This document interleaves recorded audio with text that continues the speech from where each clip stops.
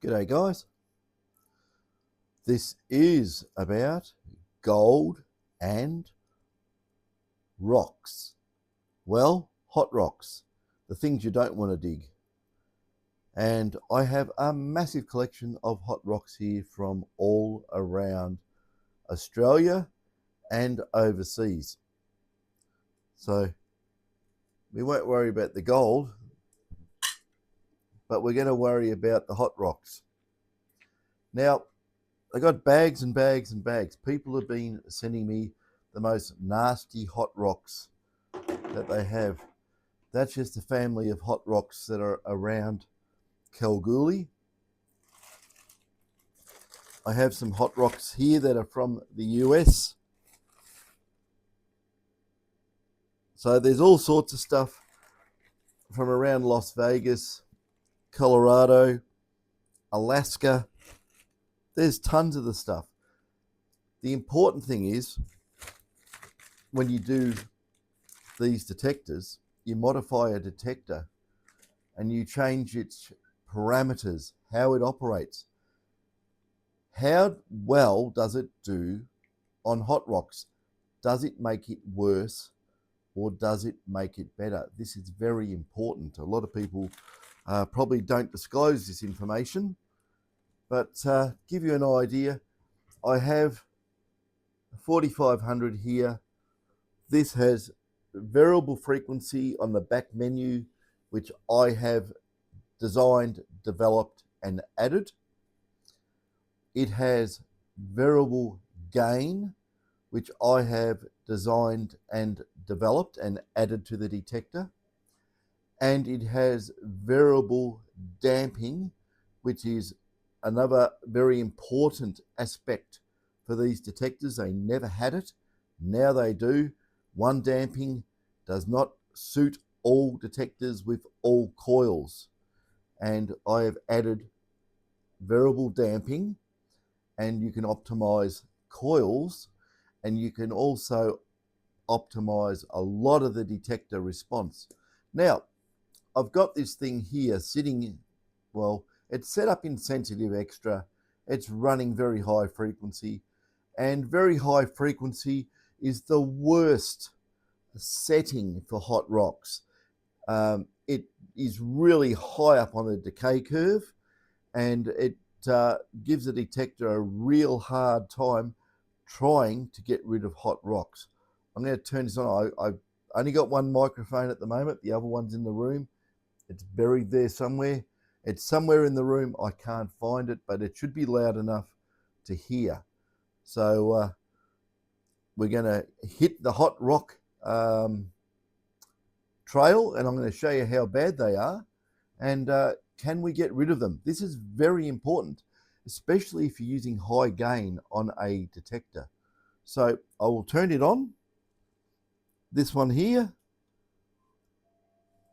and I'll turn that up just so you can hear it. Let's full bore. So it's in the, oops, I just kicked the tripod as per usual. So it's fairly high gain. Get rid of those magnets. Make sure all the connectors are tight, which they are, and I've got it sitting there on that double D, which I will probably leave about there so you can see it, and we'll go through these hot rocks. Now I've got the detector locked in fixed tracking, so at the moment we won't be able to track any of these out. This is, I'll use a 3mm little ball here of pure aluminium, which is very close to gold in its response.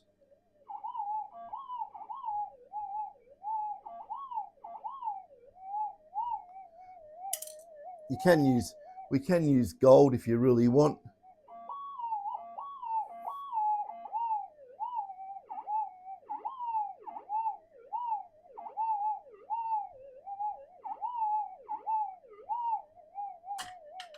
Use a smaller bit of gold if you want.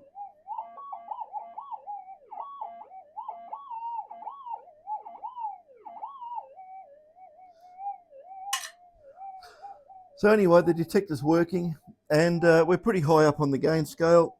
And let's go for our first hot rocks. I'll call out where they are from. Now I've got a bag here. There's a mix in here. These are from the US. We've got a mix of rocks that are from around Las Vegas, Colorado area. So we'll just go over the coil and just see how bad these are.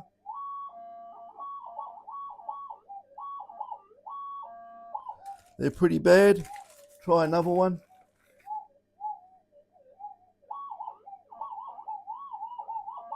Not so bad. So the flat one's the worst. Well, there's a lot of smaller ones in the bag.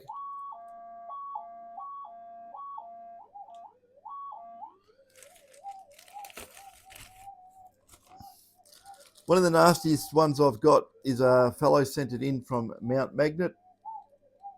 That one.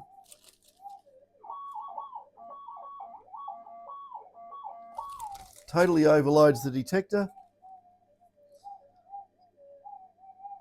I'm pretty sure this one come from the US as well.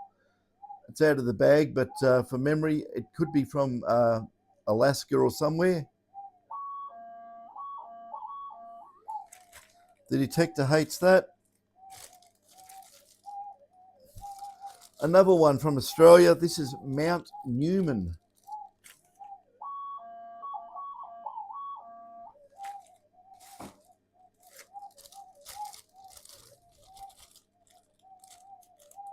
These are from the US.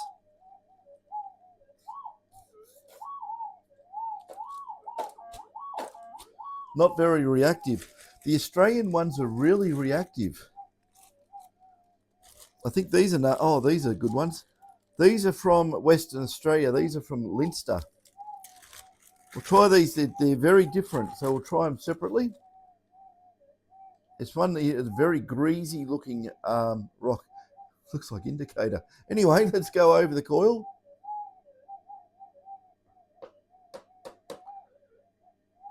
Okay, that one doesn't have any effect whatsoever. This one here, very shiny. Looks a bit like nickel, but maybe it's not. We'll see what that does.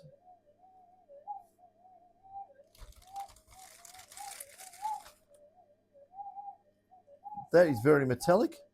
The detector just wants to ignore these. Look, it wouldn't surprise me that I've jammed the ground balance up far one end, and it's actually on the this is actually decaying out. We'll check that when I do the other hot rocks and settle it, and we'll see if these things start screaming. This will be a very good experiment, so I'll put them under there.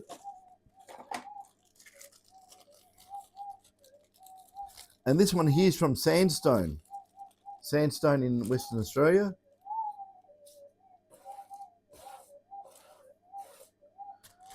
I'm running really high gain, and it's insensitive extra on the 45, and it wants to chew a lot of these out. So, but the worst ones are these things. I mean, that's really bad. And I've got some rocks in here from Russia.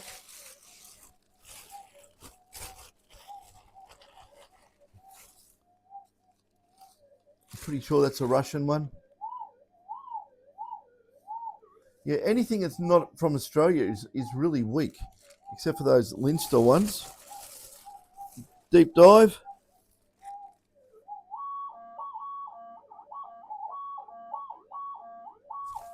That's another one from Russia. I don't know whereabouts. Big country. It could be anywhere. So I'll put them down there. I've got...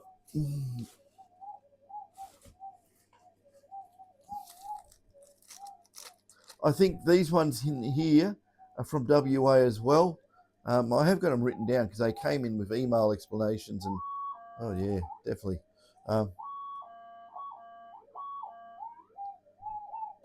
There's a whole heap in that bag, but I'm going to leave them in there. Okay. Now, like I say, this we've got a bit of interference. I'm running this at very high gain, and we'll just use the 0.1 and go over the coil.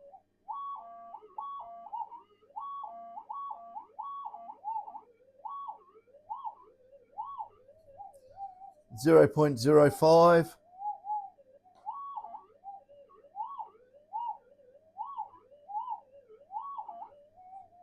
I'm getting hammered by a bit of EMI. It's probably because I've got the heater on. Oh, I've got switch modes on. Switch modes are on the lights. Can't really do much about it. I could try and tune it and see if I can get rid of some of the noise.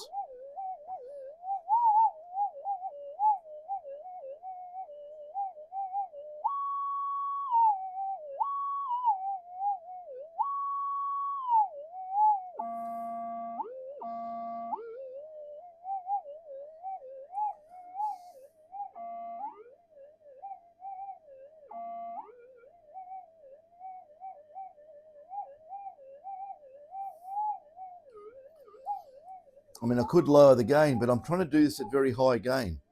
I've got the gain cranked about 9 out of 10. So let's see what we can do with these hot rocks. So what I'm going to do now is going to put the detector into tracking. So the detector is in tracking, and the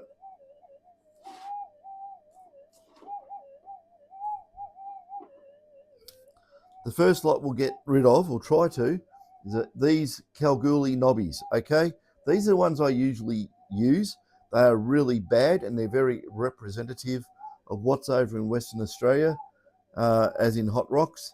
Not everywhere, but around Kalgoorlie area, that's where they come from. So let's go over these. I'll just I'll do a fast track on it. I haven't set the damping up properly either. I've got the damping, actually damping is on full, so it's not optimized for this coil. Not that you can really optimize a double D because of the fixed resistor in the receive winding, but let's give this one a go and we'll see how we can knock them all out. So fixed, tracking,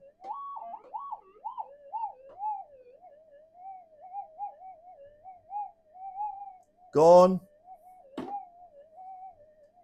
Next biggest one.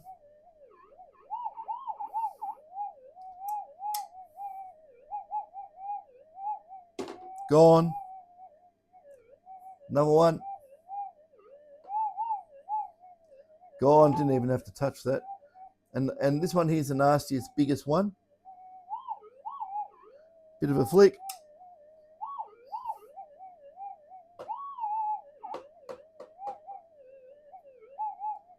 Gone.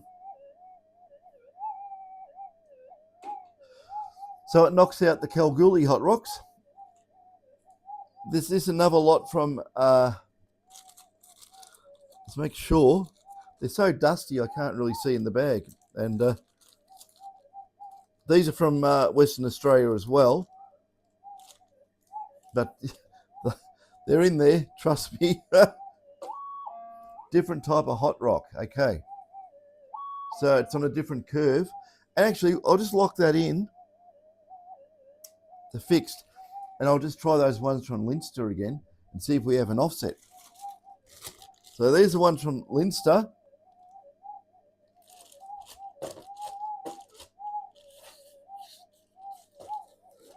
Nothing. Very strange, isn't it? So for some reason, someone out there in Leinster got these as hot rocks. Maybe they're using a different detector.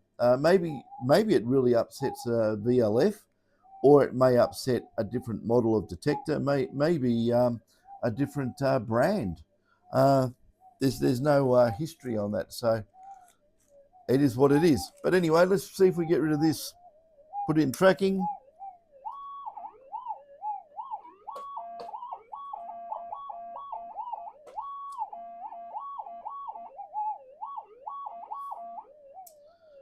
It's pretty difficult getting rid of a whole bag of them, but we'll see how we go.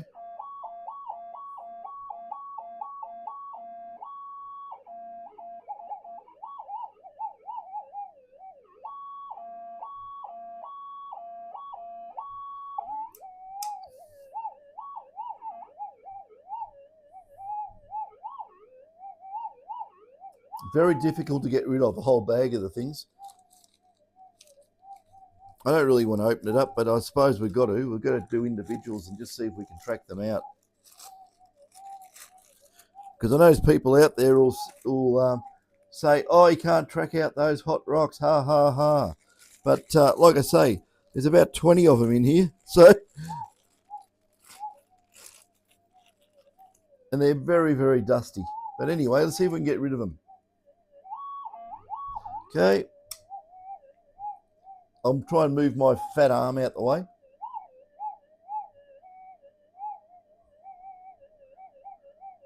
As single units, yes, we can get rid of them.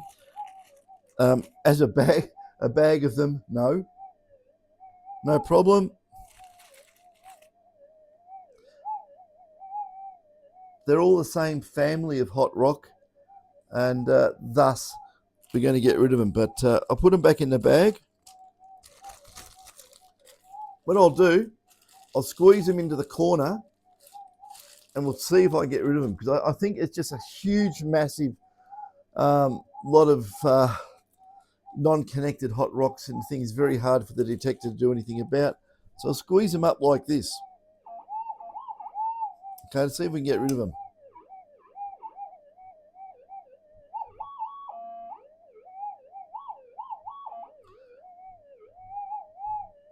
There's a lot of metallic interaction with the windings, because it is a double D coil. And doesn't like it getting banged around on the cable. This coil's getting pretty old, guys, so it probably might need a new cable. It's probably interacting because it's the cable's in its own transmit field and receive field. Yeah, so if I wiggle the cable around, it's going to make noise. Anyway, got rid of those. Okay, that can go down there. The Linster ones are no reaction from those. These are ones from Russia.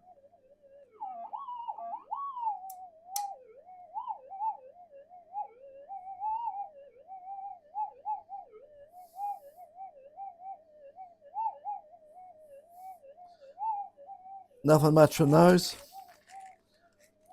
I mean, there was, but not now. This great whopping thing was very noisy. Let's see.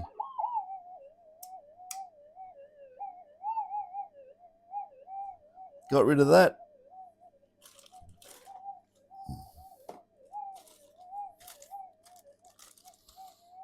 Mount Newman. Very, very nasty thing this is. We'll have a good look at it. Look at this thing. What a gnarly. It looks like a bloody meteorite. No, but very gnarly. Probably ejected out of a volcano or something. It's a very nasty thing. But Mount Newman, this is a nasty, nasty, nasty hot rock. So into tracking.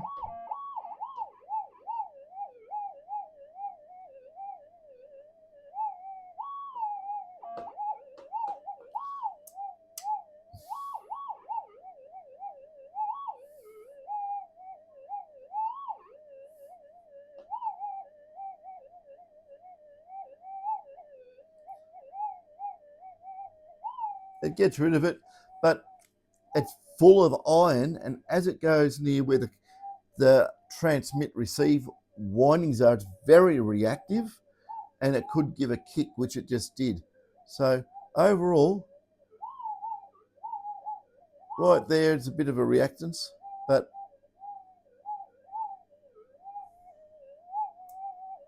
into fixed, into tracking.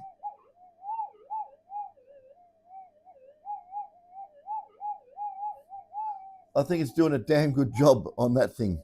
That's a ripper of a hot rock. So you can be the judge of that. Okay. These are from the US. I just put them into a bunch and see if we can get rid of them.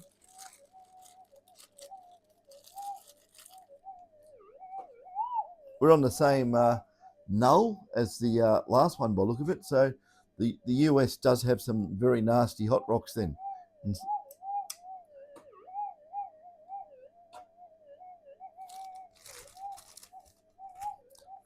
I'm pretty sure these are from Nevada, so I've got rid of those. And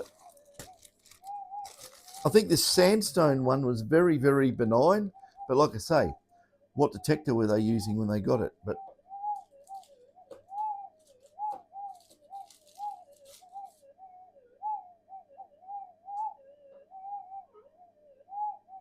it's a little bit of reactance from it, but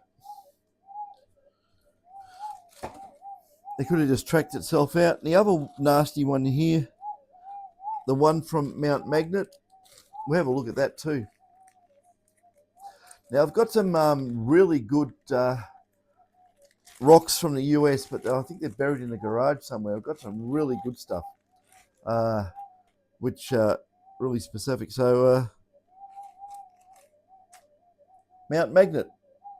Now, if it's from Mount Magnet, should it not be a magnet? I don't know. Is it magnetic? Oh yeah. Yes, it is. Jesus, actually, it's quite magnetic. So anyway, we got this Mount Magnet thing. Let's have a look. Fixed tracking. So reactive. And again.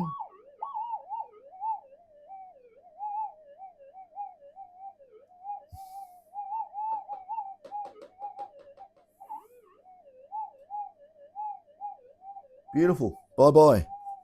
So there you go, guys. That's really high gain on the detector in sensitive extra, and that actually makes it harder to get rid of a hot rock. I'll flick it in the normal mode just so you can see. Enhance will get rid of them easy, but I'm trying to make it difficult to see if we can get rid of it. Okay. So add a special into normal timings, and we'll just see the whole curvature and the way it tries to filter these out when you change modes. Everything will change. This will scream if I put it on the detector. Like I said, it'll scream. But let's see if we can get rid of it in normal timings, at very fast clocking rates, very fast pulse repetition, and so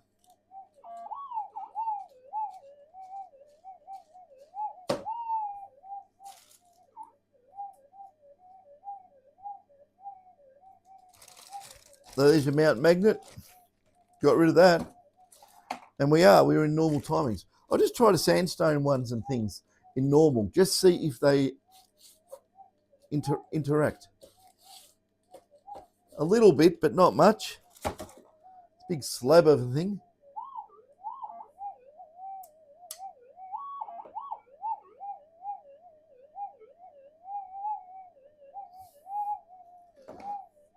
So normal timings, even the big Kalgoorlie ones, knobbies.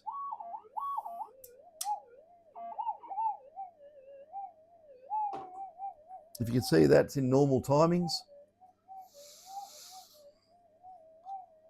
And I'll turn the detector, just so you know, normal timings, I'll just use a 0.1.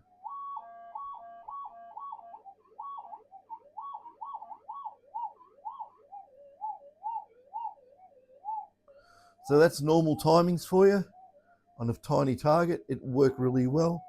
And if you want the detector quiet, let's put the gain down. So there you go, gain's a lot lower, and you turn the gain right down to just a couple of dB. It'll still pick up. Like now it's very quiet.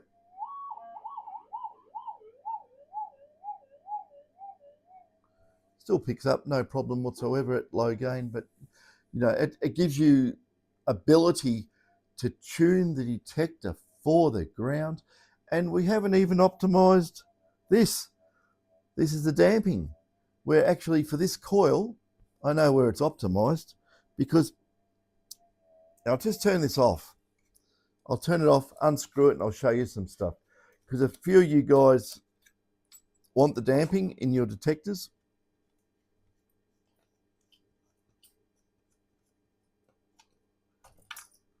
Okay, we'll get in nice and close if I can. Hopefully the light up there does wonders.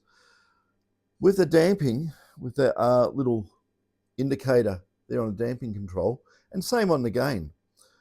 Where these are mounted, it's very hard to show, but on here, you have the word under there, just where that's pointing, and you probably look at your own detector. This is where the auto tune was. With variable frequency, you don't want auto tune. It serves no purpose whatsoever, because auto tune moved as a representation of what it did.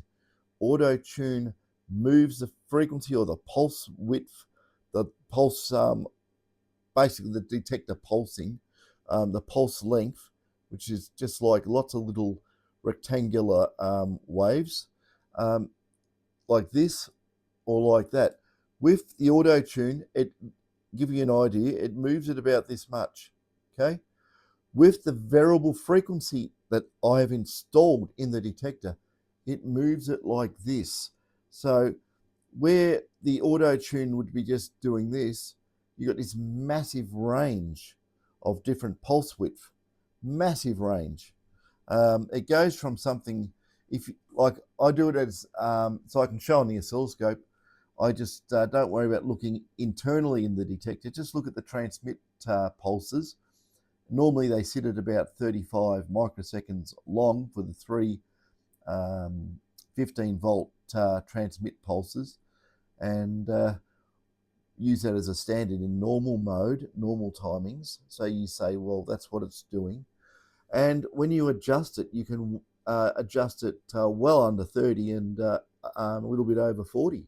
So it's a massive range, whereas before it sort of sat there at 35, and it might have gone 35.1 or 35.2, and maybe 34.8. It just moves in that slight range, where this massive range allows you to optimize your detector pulses, its frequency, its receive window, because everything's lockstep. And if you have a big receive window, it's better for big deep targets. It has a longer receive window, and the energy from a big target lasts longer and fills that window up. You can get a lot more depth with a bigger coil. When it's up the other way, it does short, sharp pulses. Small gold, the energy in a small gold a small gold piece that's been hit by the transmit pulse of the coil, it doesn't have a lot of energy for a long period of time. It just dies really quickly. So if you've got a big long receive window like this, and it's listening for a big target here, but you've got it set that you only want to pick up a small target, this is just going to go psst, and all this is wasted. This is wasted time.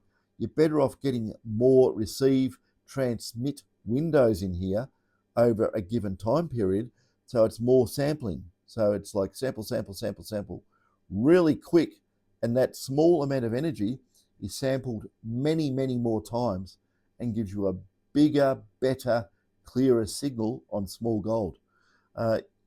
If you're in an area that has a lot of lead shot, this is another thing. Say someone's been blasting a shotgun around the place. This is really handy. And if you're using say you're using a small coil, you want small gold, but there's a lot of lead shot, you alter the frequency, which I've installed in the detector, which is done by the back menu here, where it says manual tuning, that 0 to 255 or whatever's in there.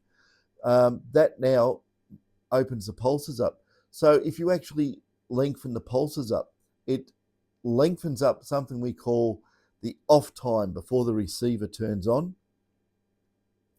And lead shot, with its, because it's small, it has a small amount of energy, it takes longer for get into the receiver, the receive listening part. It dies off in this area here called, I could do this on a whiteboard, but I'm trying to keep it simple, but probably the whiteboard would be a simple way of doing it. And that energy actually drops off in this dead time.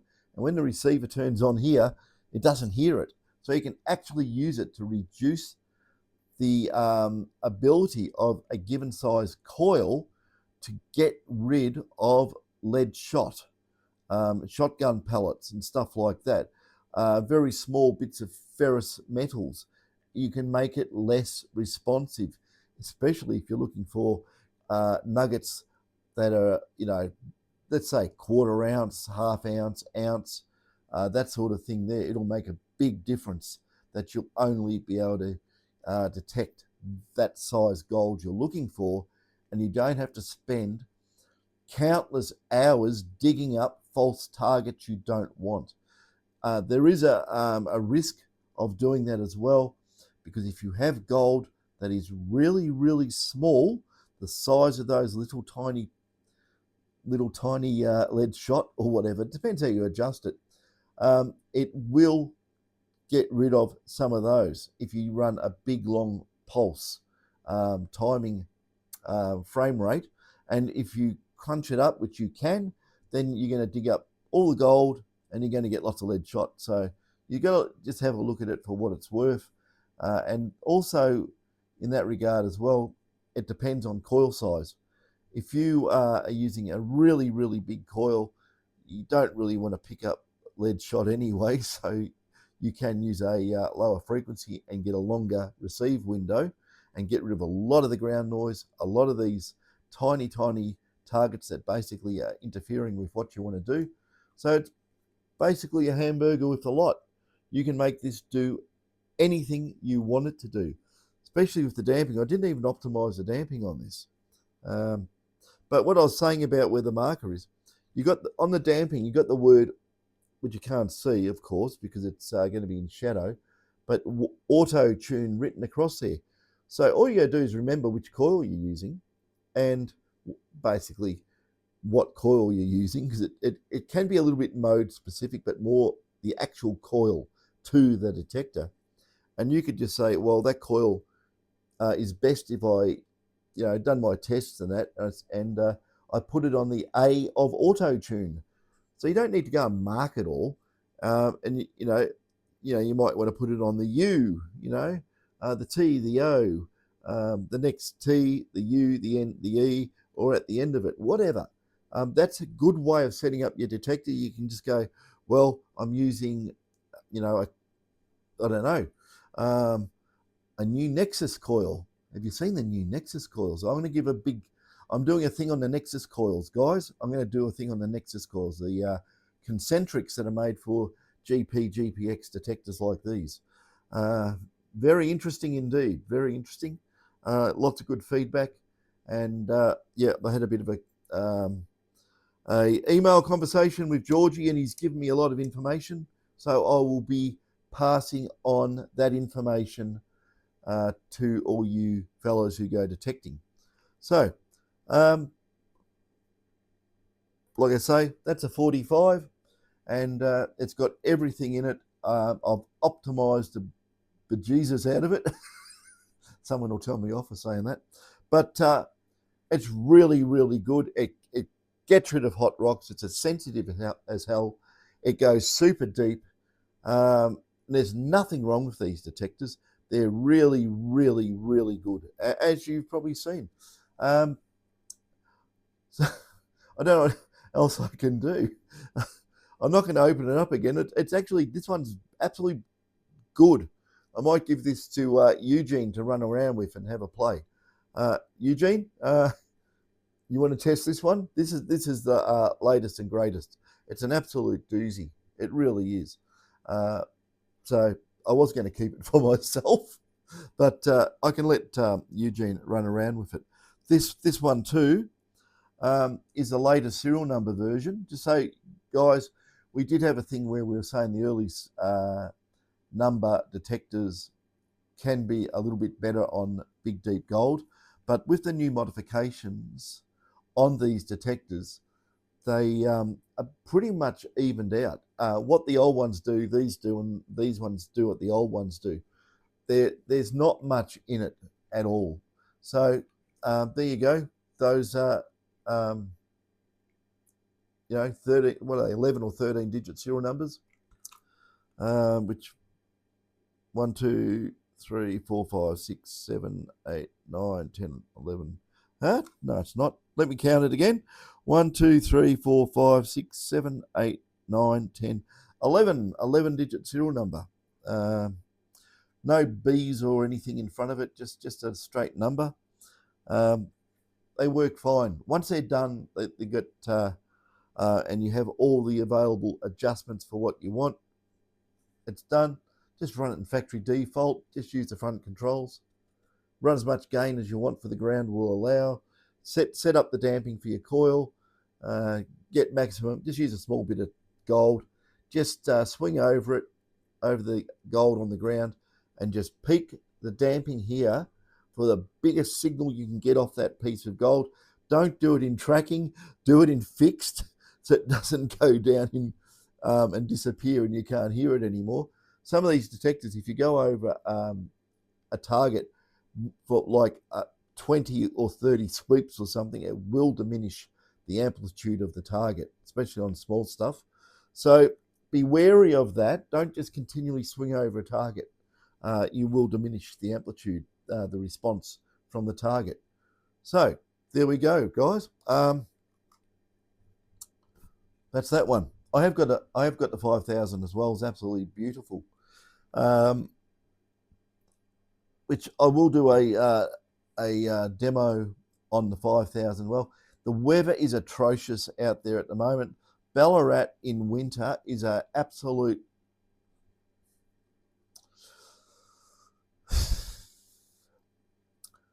it's not very pleasant. It's full of it rains and all the ground's muddy and you end up this much mud stuck on your shoes. It's really horrible out in the goldfields around here.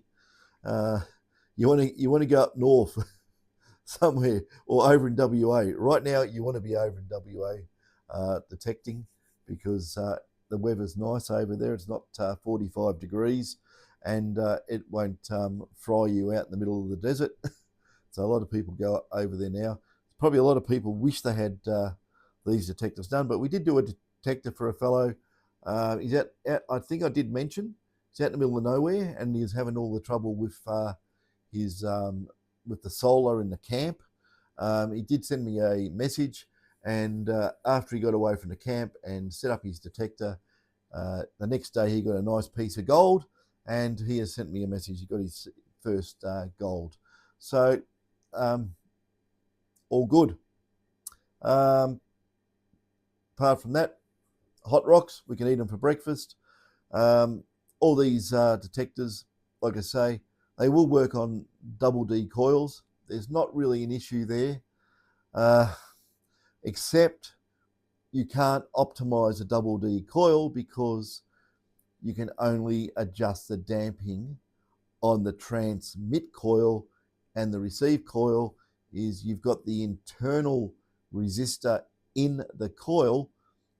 There's no way of adjusting it unless you do open heart surgery on your coil. It's a real bugger. It would be great if we could optimize that in the coil, but you can put an external resistor on the coil, except the flyback and the transmit, and it's also going to be loading the receive. It's not a good thing to happen. So we can do that. If we design new coils up, we can do that. But as they are, they've all got these fixed resistor values on the receive winding, and yeah, it makes life difficult. So you adjust a lot of the functionality of the detector, and you can't peak the receive. So in all fairness, if you really want to optimize your detector, stick with mono coils because they don't have that. The mono coil, it is what it says. It receives and transmits on the same coil. The parameters of that coil are adjustable in the detector.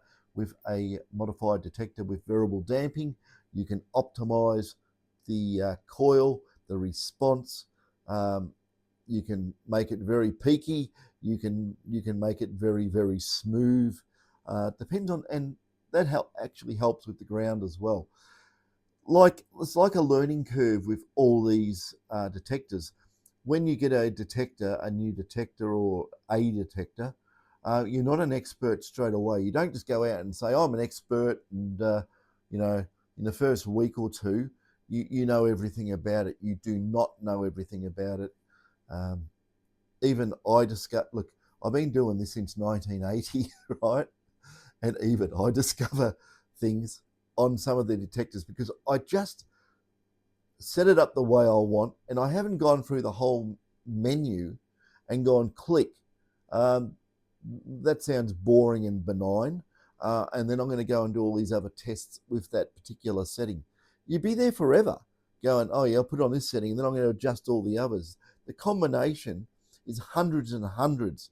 And then you got other combinations with, where you're going to set it with your variable damping, where you're going to set it with your variable frequency or pulse length, where you're going to set it with your variable front end gain, where's that in relation to the back end gain, where's this sit, where's that. You'll bamboozle yourself trying to optimize every setting in a detector. That's why I always say with these detectors, especially these ones, just get the thing, put it in factory default, hold the button down until it makes that chimey noise, that you go do it from the detector being off. And how about I just do it quick, I'll just do it. And just because some people don't know, I've had people just don't know, but I'm just going to hook this up and I'll show you how to do it. Look, I know I'm stating the obvious here. I don't even need the coil plugged in because I'm just going to show you guys. Okay, here we are.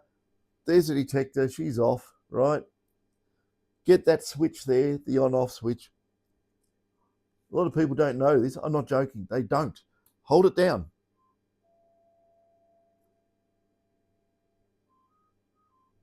I don't know if you heard that, but it went da-da-da, da-da-da. It's not very loud, so I haven't got a coil on it. And if you can, I'll move. Look, I'm going to cause a bit of an earthquake here. I'm going to move this in closer, so bear with me. It's going to be an effort because I've got a lot of stuff on the ground again. Okay, can you see that? You got two controls here. At the moment, it says exit. So if you turn this control, if I remember rightly, it'll just drop out of this menu.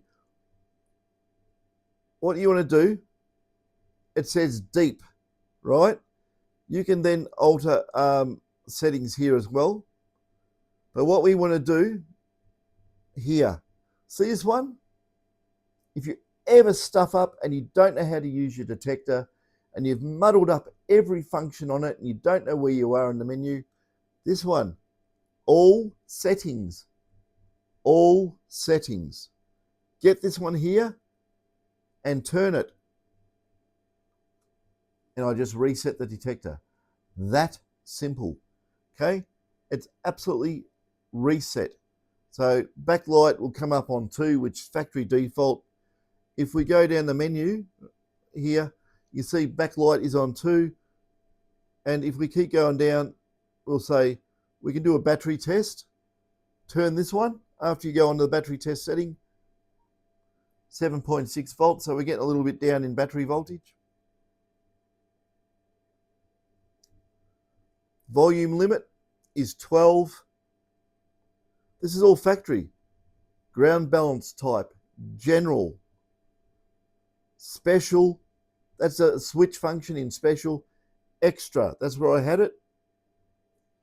Manual tuning always defaults to 128, which is mid-band. If you have the modifications with variable frequency like I've done, and you have these other controls, you can just put variable frequency in it as its own thing.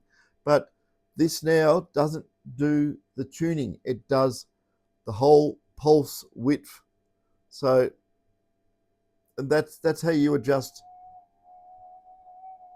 how big you want your pulses going that way. smaller and smaller and smaller for very, very tiny gold, and you can go down for really big, deep gold with a big, deep coil. So that's a function there. I always run these in deep. It's just my hearing is tailored for deep. I've got used to these detectors over the years from the SD 2000. You can adjust it. All it does a bit of a tone shift. So it's on deep on the front menu there anyway. So if you change that from there, go to general, and it'll go to general. It'll say general, and the tone goes up. So back into deep. You can use whatever your ears love. It doesn't actually make the detector go any deeper. So yeah, motion very slow. If you have a lot of chatter with ground noise, even atmospheric EMI, very slow on the motion. RX gain 9 with variable gain, which I put on, which is the red one here. You can play around with this. You can run this one like default on this particular detector is 9. Some detectors have a default of 12. It's just a scaling factor. I mean, this one, what does it go to? It goes to 15. I think the 5000 goes to 20. It's just a scaling factor. I don't think it's really actually increases as much. I think it's, well, the 5000 is less gain. Anyway, factory standard, it's less gain. So we can go down and just leave it on factory default. Audio tone 38. I've spoken to experts. I will call them experts, and one in particular who was a Minelab tester. No names, but runs his at 64. He says he cleans up, gives a very, very good signal with that level 64. Okay, so that's an interesting thing to know. Stabilizer 10. A lot of people muck around the stabilizer and use that as a way of smoothing the detector. Don't run the stabilizer down at 1 and stuff like that. You'll lose small gold. It does. It gets rid of the impact of the initial response and the tail. It smooths it out too much. And I will say, in my humble opinion, we'll keep this thing glowing. So stabilizer on 10, I would just leave it there. Minelab have done a lot of testing with these detectors when they made it, and they put it on 10 as how it's set, and that is like a good general place to put the stabilizer. You can make the detector really quiet by putting a stabilizer on 1. It works differently. You think you increase the numbers for the stabilizer, makes it more stable. It actually doesn't. It makes it more chattery. So you can play with it, but in most cases, I leave it at 10. I just always find it's a really good place to put it. The signal is also to do with target response. 17 is a default. You can play with that, and you might get a little bit of optimization, but if you can't hear the signal at 17, right, there's something wrong with you. But you don't need to really adjust these. You can put it at 20, signal peak. But if you want to run the signal peak, it's going to make the EMI peak as well. It's going to make everything peak. So if you really want to, dumb it down, put it at 1. Don't do that. Leave it at, look, in my opinion, leave it at factory default 17. Target volume 8. It's just a preference. You're going to hear it. If you put the target volume down, it's not going to lift as much from the threshold. You may,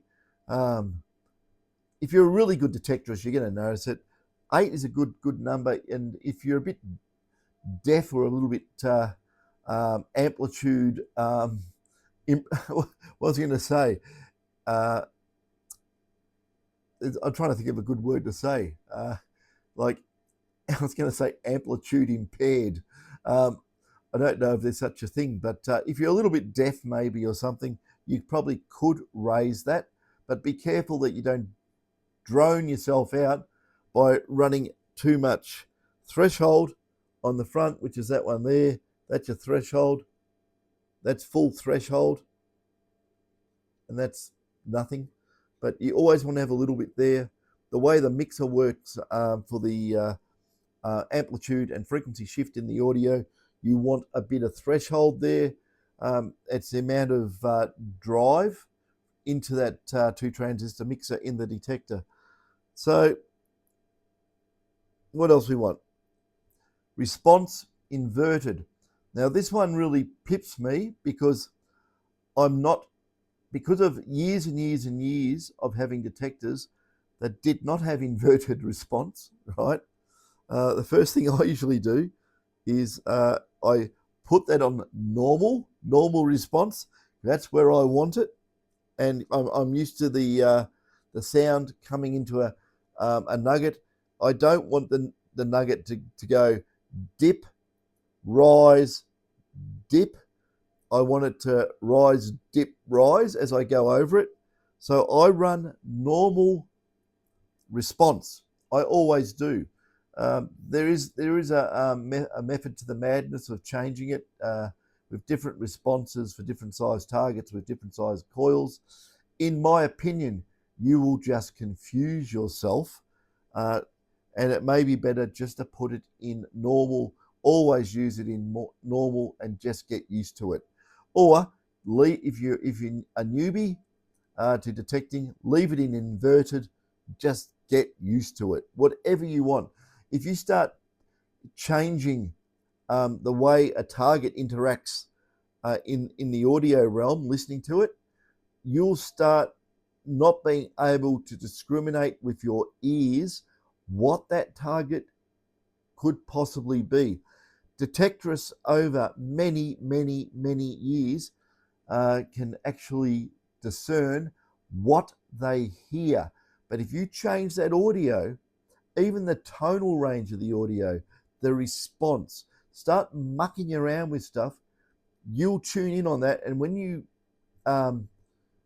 change the settings, it can muddle up how your brain deciphers. Target, worth digging, hot rock, hot ground. So there's some guys out there who are so damn good, and I've detected with them. They are so good that they can tell a small target if it's lead, a bullet shell made of brass, or gold. They tell me before they dig it, and it is what they say. Anyway, I'm still here. So tracking, slow. You got, if I go in, fast tracking, can track out targets. Medium is okay. Slow, normally leave it on slow, unless the ground is variable, massively variable, and you put it on medium. But if the ground is homogeneous and it's mostly all the same, leave it on slow. It gives it. You don't want any coming up on a target sometimes. If it's in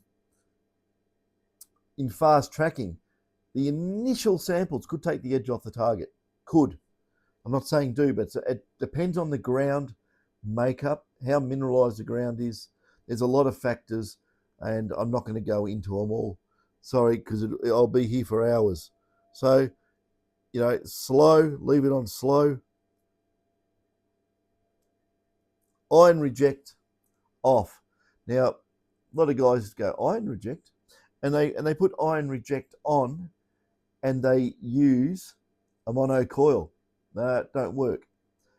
If you're going to have iron reject, you have to use a double D coil. Okay, you can't go and say, "Oh, I better put iron reject on." like light reject or heavy reject. Like I did use iron reject once on a double D on a very, very old detector, not these. And it did tell me that the gold, 13 ounces of gold, was a piece of iron, which didn't impress me very much, so I never used it again. And even now, I won't use that, even using a double D. Um, Iron is a very sharp, intense signal. You can just tell. Like I say, I've been detecting for, God, too long. Um, and I just know that's iron. That's iron. Nah, not digging that. It's iron. It doesn't usually fool me, but occasionally it does, especially if it's rusted iron.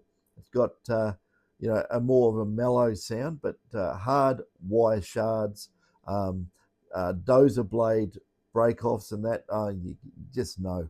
But newbies, you won't know. Dig everything just in case, and then after a while, because you keep digging up this junk, you go, that's junk and I'm not going to dig it. So it could be a good thing. So anyway, guys, there you go. That's that. And I'll move this back.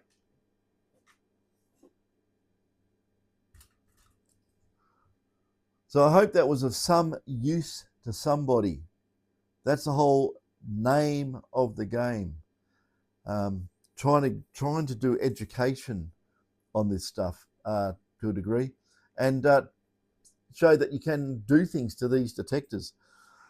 The later ones, it's harder and harder and harder. I think that if they ever bring out a GPZ 10,000, I think they're going to fill it with concrete. They're going to make it a big block of something no one can touch. So it's mind boggles. It's going in that way anyway. With encoded coils and stuff like this. You must buy our coils, or that's not going to work. It's like the 7,000. That's why we chop the ends off and we make these dongles. So it goes on the 7,000. All the handshake chip stuff is in here, and we just put a normal coil connector on the end here, and you get any 7,000 coil, which is basically X coils, because they don't have the dongle. We call it a dongle. It's an old computer term. That software didn't work unless you put the dongle in the port in the back of the old computer, and it was to stop people making copies and passing it around. If you didn't have the dongle, it didn't work. So it didn't work. So that's actually a 7,000 connector like that, and the cable goes off to the coil. So you very carefully chop it, very, very, very carefully rewire it. If you get this wrong and you hook it up, you'll blow your detector up and it'll cost you a fortune. Don't do it yourself. Don't make dongles yourself. If you want a dongle, you can get Dave to do it. Dave will do it for you. I know you can send it into Bendigo Gold. The tech there does it as well. Does a lot of them actually. So there's a few people around that do this, and if they do it all the time, they're not going to bodgy it up and say, oops, I got that round and I shoved the transmitter up the bloody encoded chipset and blow it up, or shove it up the anyway. You can blow it up in the detector as well. You can blow your detector to pieces actually. If you wire up one of these wrong, be very careful. That's why it's stiff as a board. You don't even want it to move. You don't ever want even the any wire to come loose and touch another wire on these. So that's why it's built like a outhouse, right? Don't bend it. It's tough. And do not, under any circumstances, on a 7,000, if you're running a dongle, right, do not stick a normal GPX coil into it. Don't do that. You'll wreck it. So you got to be careful. You can, like I said, even with the 6,000s, you can bust the coil open and you can get the encoding chip off its little board, and you can actually, if you're very, very clever and smart, you can actually, you got to remember there's two types. There's one for DD and there's one for the mono. If you put a DD in the detector and put a mono on it, it's not going to work. But you can actually just get this encoding thing out of the coil. And if you're really, really clever and smart and don't bodge it up, which a lot of people probably would do, you can actually just leave it in the detector and reconfigure, make an adapter with the 6000 plug onto one of these, and you can just run any coil you want.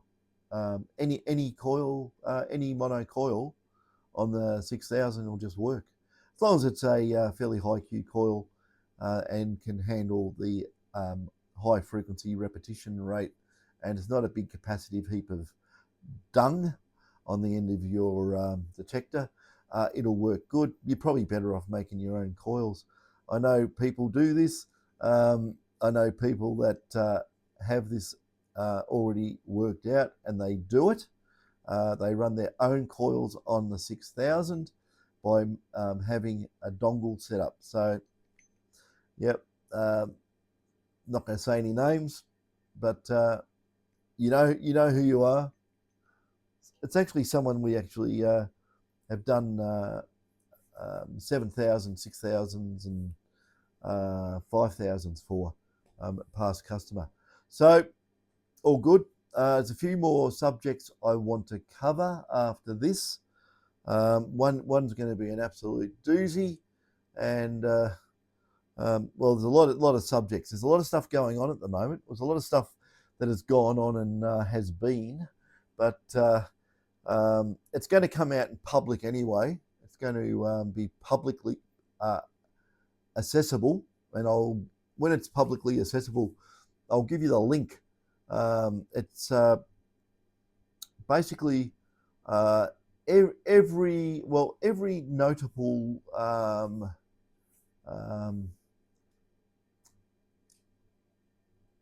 I don't know, every court case of note, which is really, really interesting, is on a particular website, and I will show you and give you the link to that, and you can read the outcome for yourselves.